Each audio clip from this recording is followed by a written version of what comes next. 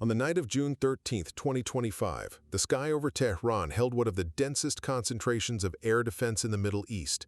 Russian-built S-300 batteries, domestic interceptors, hundreds of radars, all of them awake, all of them hunting, and somewhere above all of it, invisible, was an aircraft 2 decades in the making and projected to cost more than $2 trillion over its lifetime. An aircraft that critics had spent those same 2 decades calling the most expensive failure in the history of war.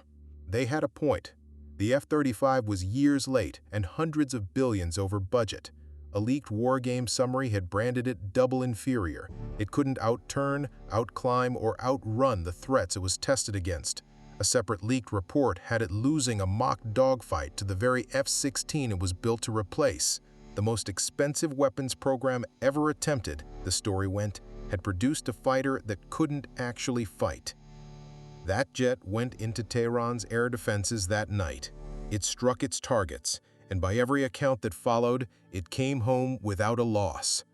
So how does the most mocked aircraft ever built fly into the best air defense money can buy and survive? The answer is that everyone, including the critics, was asking the wrong question about it. This is the story of the most misunderstood aircraft of its generation, and the engineering bet that didn't just beat air defense, but quietly made the whole idea of air defense obsolete. To understand it, go back to the 1990s. 3 American services each wanted a stealth aircraft, and none could afford to build one alone. So the Pentagon made an audacious bet. 1 family of aircraft, 3 variants, sharing a single core, the Joint Strike Fighter. In 2001, 2 prototypes flew off for the contract. Boeing's X-32 lost. Lockheed's X-35 won the largest defense contract in history. But that single contract had to produce 3 very different airplanes: an Air Force version that takes off from runways, a Navy version stressed for carrier catapults and arresting wires, and a Marine version that takes off short and lands vertically like a jump jet, carrying a heavy lift fan buried behind the cockpit. 1 airframe forced to do 3 nearly incompatible jobs. Every compromise the critics would later attack was the price of that commonality. And Lockheed made a second, stranger bet inside the first one. They did not set out to build the best dogfighter. They set out to build the best sensor. The F-35's radar, its infrared search system, its electronic warfare suite, and 6 cameras that stare in every direction at once. None of them are meant to work alone. They are fused. A conventional fighter hands the pilot half a dozen separate displays and asks them to assemble the picture under fire. The F-35 assembles it for them. Every sensor, every data link, every threat merged into one answer on one screen. The pilot does not manage the airplane. The airplane manages the battle and tells the pilot what matters. It goes further than the screen. The pilot's helmet, a single piece of equipment that costs as much as a small house, has no fixed gun sight and needs no head-up display. The 6 cameras feed straight onto the visor. Look down at the floor of the cockpit and you see the ground beneath the aircraft as if the airplane were made of glass. The pilot's eyes become just another of the jet's sensors. And then the stealth, the most misunderstood part of all. Stealth does not make an aircraft invisible. It makes it late. Shaping and materials shrink the range at which a radar can find you until that range is so short that by the time the enemy knows you were there, you have already seen them, already fired, already gone. Hold on to that idea. It turns out to be the whole story. Now meet the thing that was supposed to make all of that irrelevant: the modern integrated air defense system. Not one weapon, a web. Radars that see for hundreds of miles, missiles layered from the edge of the atmosphere down to the treetops, a machine built for one purpose: to make a piece of sky too expensive to enter. It works in layers, and each layer has a job. Early warning radars, big and long-ranged, sweep the horizon and announce that something is coming. Acquisition radars sharpen that warning into a track, and fire control radars, precise, short-ranged, deadly, lock the target and guide the missile the final distance. Defense in depth. Even if you slip past one ring, the next is already waiting. Iran had spent years and billions building exactly this. The crown jewels were Russian S-300 batteries, among the most capable export systems in the world. Iran signed for them, then waited the better part of a decade as sanctions held the deal hostage before the launchers finally arrived in 2016. Around them, mobile Tor launchers and homegrown systems with names like Bavar and Hordad, layer upon layer knitted together. They built it because they expected exactly this night. For decades, Iran had lived under the assumption that when war came, it would come from the air, from aircraft its own air force could not hope to match in the open. The air defense network was the answer to that fear. National insurance, written in radar and missiles. By 2025, Iranian commanders called their airspace one of the best defended on the planet, and on paper, the claim was not empty. But every air defense system on Earth, however dense, runs the same sequence: detect, track, lock, launch, guide. 5 links in a chain, and each and every one depends on a radar being able to see you clearly enough to do its job. Break any link, and the missile never leaves the rail.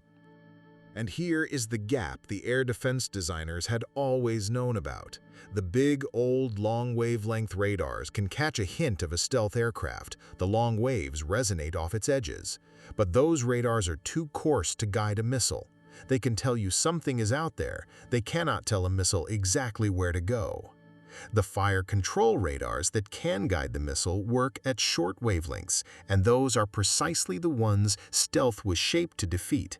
Something is there, and kill it are two different problems. The air defense world had closed that gap exactly once. In 1999, over Serbia, a patient crew using an old long-wave radar, good tactics, and a little luck shot down an F-117, the only stealth aircraft ever lost to a surface-to-air missile. Air defenders studied that night for the next 20 years.